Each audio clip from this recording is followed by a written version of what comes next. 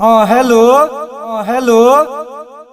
काचोही बस के बहंगिया। हेलो। हाँ बोला। बौआ नीरज बाजे छ? हाँ हम ही बाजे छी। की समाचार छे हो?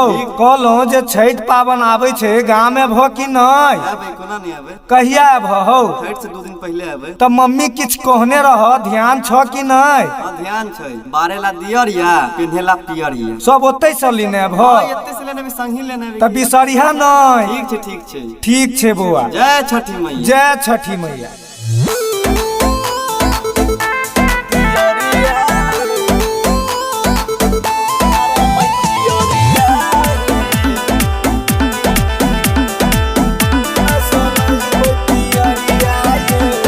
म्यूजिक बाय मंटू मनी।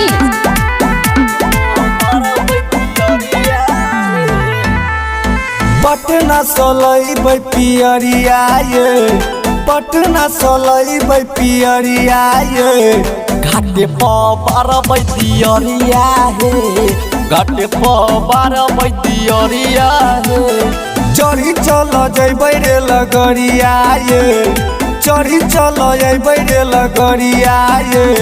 घाटे पर बैदियरिया हे, घाटे पर बैदियरिया हे। बोली बोली छठी मैया की जय।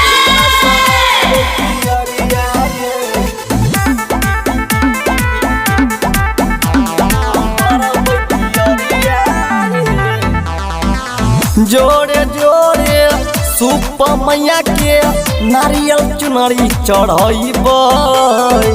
माथे पर अपना दौरा उठा के छठी घाटे जैबै, छठी घाटे जैबै।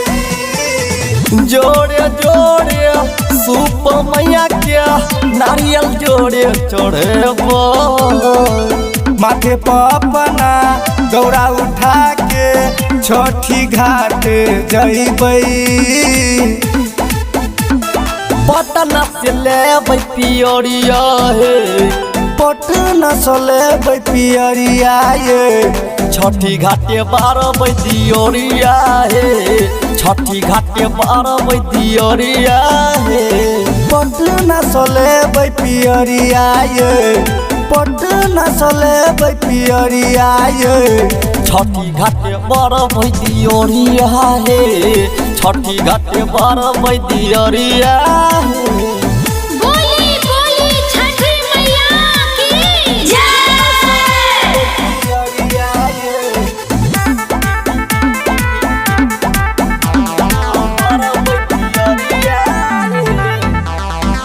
राइटर सुशील जेपी ऑलराउंडर कहू नहीं चाही खजनवा। सतीश बेदर्दी मांगे छो मैया गोदी में एगो ललनवा।